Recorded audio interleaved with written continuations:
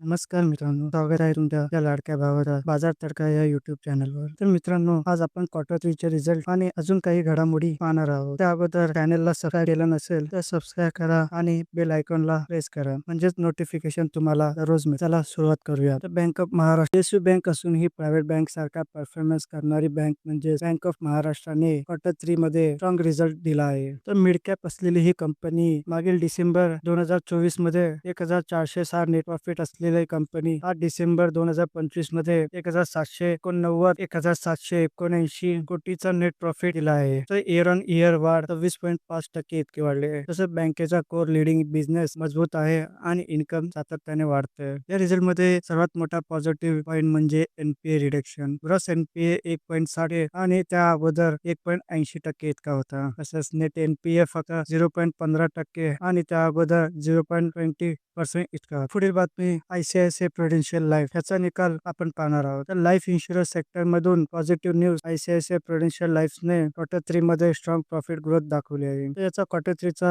Net profit 390 कोटी असून 19% ची वाढ इयर ऑन इयर बेसिस मध्ये आहे. तसंच मागील वर्षी याच क्वार्टर मध्ये प्रॉफिट होता 326 कोटी. यावरून कंपनीचा ऑपरेशनल परफॉर्मन्स मजबूत दिसल्याचं सांगत आहे. पुढची बातमी म्हणजे HDL housing development and infrastructure limited त्याने क्वार्टर थ्री रिझल्ट. तो याचा क्वार्टर थ्रीचा रिझल्ट बघितला तर 2019 पासून इन्सॉल्व्हन्सी मध्ये असलेली एचडीएल कंपनी अजूनही अडचणीत आहे. तर फायनान्शियल सर्व्हिस मध्ये पुन्हा एकदा मोठा तोटा जाहीर झाला आहे. तर फायनान्शियल सर्व्हिस मध्ये 489 कोटीचा तोटा आणि रेव्हेन्यू मध्ये मोठी घसरण झाली आहे. रेव्हेन्यू 158.36 कोटी आणि मागील वर्षी हा आकडा 2028 कोटी इतका होता. यावरून स्पष्ट होतं की कंपनीचा बिझनेस जवळपास ठप्प होत आला आहे. तसे एचडीएल ऑगस्ट 2019 पासून कॉर्पोरेट इन्सॉल्व्हन्सी रेझोल्यूशन प्रोसेस CIRP मध्ये आहे. कंपनीचे ऑपरेशन सध्या रिझोल्यूशन प्रोफेशनल मॅनेज करत आहेत.